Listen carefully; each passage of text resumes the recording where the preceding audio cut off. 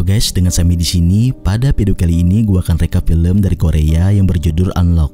Terima kasih sudah join di channel ini dan tidak lupa saya doakan semoga kita semua dilancarkan rezekinya. Film ini berlatar di Korea Selatan selama masa pandemi COVID-19. Sejak jumlah pasien COVID menurun, masyarakat diperbolehkan untuk tidak memakai masker. Namun pada akhirnya masih banyak masyarakat yang memakai masker karena sudah menjadi gaya hidup. Bicara soal gaya hidup orang Korea, di film ini juga diperlihatkan bagaimana hampir setiap aktivitas harian mereka selalu berhubungan dengan ponsel. Baik itu untuk makan, bekerja, shopping, sampai mau tidur pun semuanya tak pernah terpisahkan dari yang namanya ponsel. Setelah itu kita pun diperkenalkan dengan tokoh utama dari film ini yang bernama Lee Nami. Nami saat ini bekerja sebagai pelayan kafe milik ayahnya sendiri. Di tengah kesibukannya, Nami selalu meluangkan waktu untuk berkumpul bersama sahabatnya, serta mencari kerjaan baru yang lebih menjanjikan. Di suatu malam, Nami yang sedang mabuk terlihat di dalam bis menuju perjalanan pulang. Lalu saat ia keluar, Nami tidak sadar telah menjatuhkan ponselnya di bus tersebut. Ponsel Nami kemudian diambil oleh seorang pria yang bernama Oh Jun Young. Dari sini, gua akan menjelaskan sedikit profil tentang Oh Jun Young. Jadi, Jun Young ini adalah seorang ahli keamanan digital yang membuka toko reparasi ponsel di sebuah pusat perbelanjaan. Nah, akibat pandemi, toko Jun Young menjadi sepi pelanggan, sehingga ia pun lebih sering menghabiskan waktunya di rumah. Keesokan paginya, ponsel Nami sempat ditelepon oleh temannya, sehingga ia pun tahu bahwa ponsel Nami telah menghilang. Agar dia terlihat mencurigakan, Jun Young mengangkat telepon tersebut sambil menggunakan aplikasi khusus yang mampu mengubah suaranya menjadi perempuan. Di akhir percakapan dengan teman Nami, Jun Young berjanji akan mengembalikan ponsel Nami di kafe milik ayahnya. Setelah itu, Jun Young bolak-balik gagal membuka ponsel Nami karena ia tidak tahu apa passwordnya. Karena kesal, Jun Young akhirnya melancarkan trik jahat untuk membuka ponsel Nami. Jun Young memulai triknya dengan membanting ponsel Nami sampai layarnya rusak. Selanjutnya, Jun Young mengabari teman Nami soal kerusakan ponsel tersebut. Dengan cerdik, Jun Young mengerahkan Nami ke toko servis ponsel miliknya dan memastikan biaya reparasinya gratis. Tak lama kemudian, Nami berangkat ke toko servis Jun Young. Sesampainya Nami di lokasi, Jun Young terlihat juga memakai masker, sehingga Nami tidak tahu wajah aslinya. Jun Young lalu memberikan formulir permintaan reparasi yang wajib diisi oleh Nami. Nami sempat kaget melihat formulir itu karena meminta password ponsel milik pelanggannya. Namun karena ingin ponselnya cepat diperbaiki, Nami akhirnya menuliskan password ponselnya tanpa ada rasa curiga sedikit pun. Di tengah proses perbaikan, Jun Young gerak cepat menginstal aplikasi pengintai tanpa sepengetahuan Nami. Jadi selain berhasil mendapatkan password, Jun Young juga kini bisa mengintai ponsel Nami dengan memanfaatkan kamera dan mikrofon ponsel. Bahayanya lagi, Jun Young dapat mengoperasikan ponsel Nami dari jarak jauh meskipun layarnya sedang mati. Nami akhirnya pulang tanpa menyadari ponselnya sudah disadap oleh Jun Young. Sejak melakukan pengintaian ini, Jun Young jadi mengetahui aktivitas dan kebiasaan Nami sehari-hari. Bahkan sekarang Jun Young sudah tahu apa yang disukai dan tidak disukai oleh Nami. Dan ia pun memanfaatkan informasi itu untuk mendekati Nami dengan akun palsu. Selanjutnya, untuk pertama kali, Jun Young mengunjungi kafe Nami dan memesan minuman sari buah plum. Nami pun langsung heran karena bagaimana bisa pria asing itu langsung memesan minuman kesukaannya. Apalagi minuman ini hanya diketahui oleh pelanggan tetap. Akhirnya saat ditanyai oleh Nami, Jun Young berhasil membuat alibi dengan mengatakan bahwa dia adalah penggemar buah plum. Sementara itu, ayah Jun Young yang bernama Woo Jiman menemukan sosok jasad korban yang tewas terbakar di area pegunungan.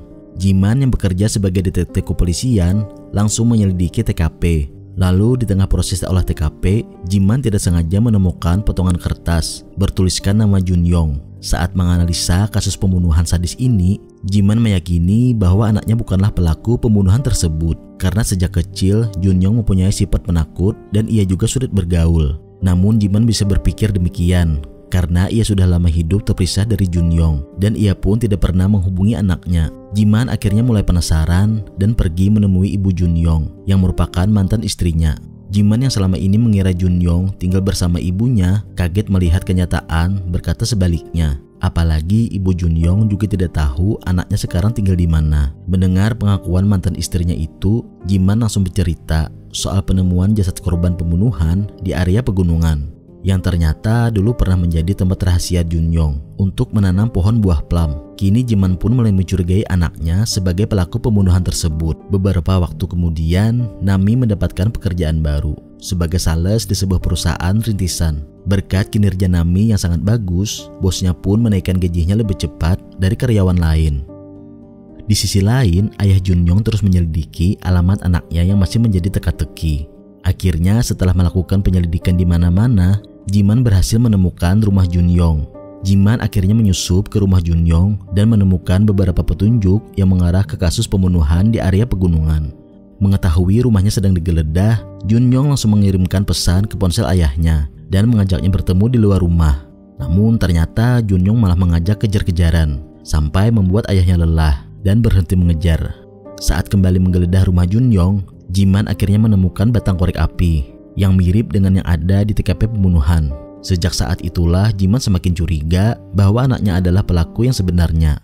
Beberapa hari kemudian, Junyong kembali mengunjungi kafe Nami. Karena Nami sedang tidak ada, Junyong pun memesan sari buah plum kepada ayahnya. Ternyata ayah Nami mengetahui bahwa Junyong masih pelanggan baru, sehingga ia pun curiga bagaimana bisa Junyong mengetahui menu khusus pelanggan tetap. Tak lama berselang, Junyong akhirnya bertemu dengan Nami di kafe itu untuk membeli CD band favoritnya yang dijual oleh Nami. Khawatir melihat kedekatan anaknya dengan Junyong, ayah Nami pun menasihati Nami agar ia menjauhi pria mencurigakan seperti Junyong. Namun Nami mengabaikan nasihat ayahnya karena menurutnya Junyong adalah pria yang baik. Menyadari kecurigaan ayah Nami, Junyong pun langsung merencanakan pembunuhan. Dengan menggunakan nomor ponsel Nami yang telah diretas, Junyong berhasil membujuk ayah Nami agar menginstal sebuah aplikasi yang sebenarnya menjadi alat pelacak lokasi rumah ayah Nami. Setelah itu, ayah Nami yang tinggal sendirian di rumah mendapatkan pesan misterius bahwa ada kiriman paket di depan rumahnya. Begitu ayah Nami keluar mengambil paket, Junyong langsung menghampirinya dan menikam ayah Nami dari belakang. Tak puas menusuk ayah Nami, Junyong juga menghancurkan karir Nami. Ia pun menggunakan akun Instagram Nami yang berhasil diretas dan mengupload foto yang baru mengungkapkan kenaikan gaji Nami serta proyek rahasia perusahaannya. Keesokan harinya saat baru datang ke kantor, Nami langsung dihujat oleh rekan-rekannya yang iri melihat gajinya naik lebih cepat. Bosnya juga marah besar kepada Nami karena ia mengingkari janji mereka untuk merahasiakan kenaikan gaji. Parahnya lagi, akibat bocornya proyek rahasia, kini perusahaan terancam bangkrut usai banyak investor yang hengkang dan menuntut pengembalian dana karena merasa ditipu. Di tengah kekacauan ini, Nami sempat meluruskan kalau sebenarnya ponselnya telah diretas dan bukan dia yang mengupload foto tersebut. Namun karena terlanjur sudah kecewa berat, bos akhirnya memecat Nami secara kasar dan memalukan. Nah, ternyata semua ini sudah direncanakan oleh Junyong untuk menyingkirkan orang-orang terdekat Nami. Sehingga Nami jadi kesepian dan hanya memiliki Junyong sebagai temannya. Frustasi dengan kejadian ini, Nami pun mengajak teman baiknya untuk melapor ke kantor polisi. Namun polisi tidak bisa memproses laporan Nami karena ia tidak mempunyai bukti bahwa ponselnya telah diretas. Dengan didampingi oleh temannya, Nami akhirnya berusaha sendiri mencari bukti dan pelaku yang sebenarnya. Di waktu yang bersamaan, Junyong mengintai Nami dari rumah sambil menyekap ayah Nami yang masih hidup.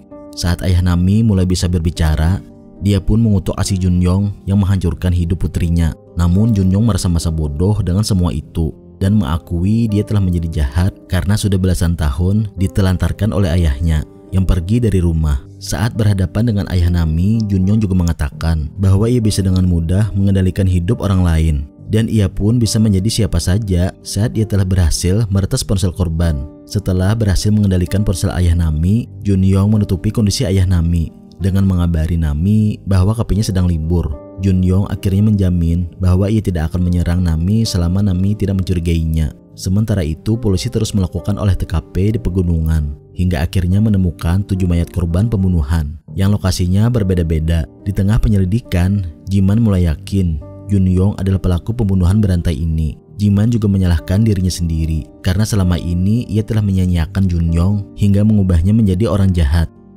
Demi menebus kesalahannya, Jiman akhirnya bergerak untuk menangkap Junyong. Meski sudah dikabari bahwa kafe sedang libur, Nami dan sahabatnya tetap ke sana untuk mendiskusikan cara menangkap pelaku. Tak lama berselang, Junyong yang dari tadi memantau lewat aplikasi mengintai akhirnya datang juga ke kafe untuk menyingkirkan sahabat baik Nami dengan memanfaatkan profesinya sebagai ahli keamanan digital. Junyong berbohong bahwa ponsel Nami telah dipasangi aplikasi pengintai. Namun aplikasi ini tidak bisa dikendalikan pelaku dari jarak jauh. Junyong pun menyimpulkan bahwa ponsel Nami mungkin telah diretas oleh orang terdekat saat dia tidak menyadarinya. Percaya dengan omongan Junyong, Nami pun teringat bahwa sahabat baiknya itu memang sempat menginap di rumah. Nami akhirnya menuding sahabatnya itu meretas ponselnya saat ia sedang tidur. Sakit hati dipitnah oleh Nami, sahabat baiknya itu pun akhirnya memutuskan hubungan persahabatan mereka yang telah terjalin sejak lama. Sesampainya di rumah, Nami menangis sambil membanting ponselnya karena ia frustasi telah kehilangan pekerjaan dan sahabatnya.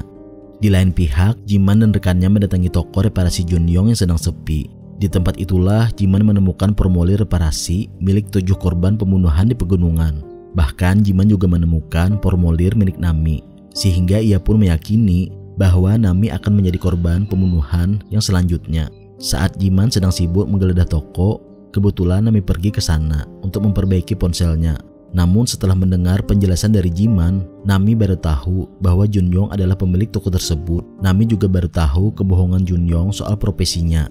Lengkap dengan kejahatannya sebagai pelaku peretasan, sekarang Nami sudah paham aplikasi pengintai tak akan bisa berfungsi jika ponselnya dimatikan. Kalaupun ponselnya sedang hidup, Nami akan berpura-pura tidak tahu bahwa Junyong telah menipunya.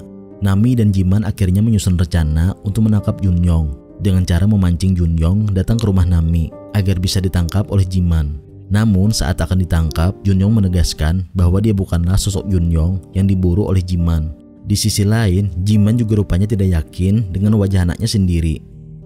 Begitu Junyong bebas berkeliaran, Jiman sebenarnya ingin menjaga Nami sampai situasinya sudah terkendali. Namun karena harus segera kembali ke kantor polisi, Jiman pun akhirnya harus mengantarkan Nami ke rumah kerabatnya yang dianggapnya aman. Sebelum mereka berpisah, Nami berjanji akan terus mengabari Jiman sebagai antisipasi serangan Junyong. Setelah Nami masuk ke rumah kerabatnya, terungkap bahwa rumah ini ternyata merupakan rumah ayah Nami. Namun di malam itu, Nami belum mengetahui bahwa ayahnya sedang disekap oleh Junyong dan ia pun beranggapan bahwa ayahnya sudah tertidur lelap.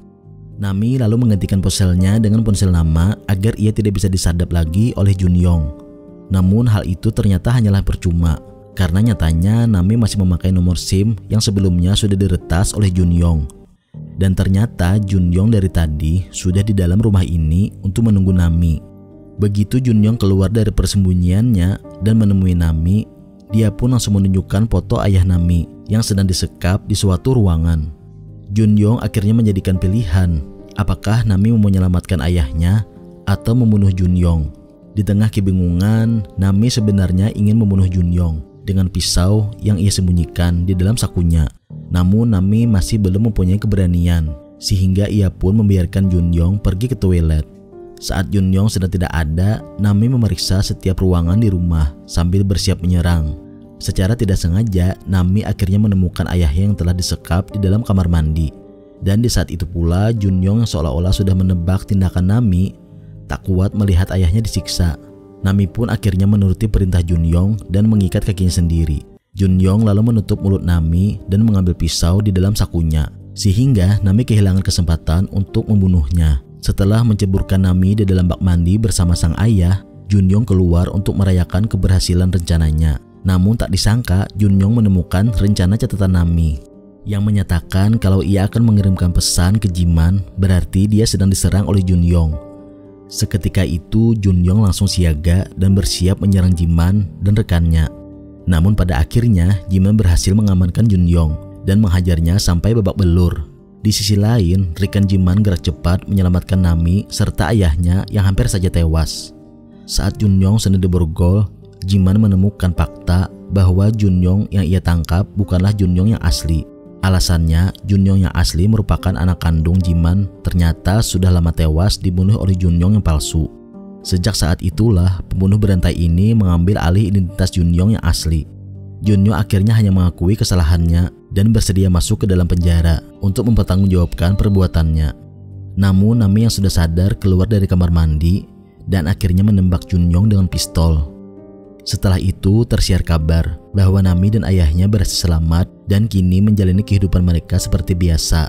Berita lainnya juga melaporkan bahwa polisi akan memeriksa identitas Junyong yang palsu saat ia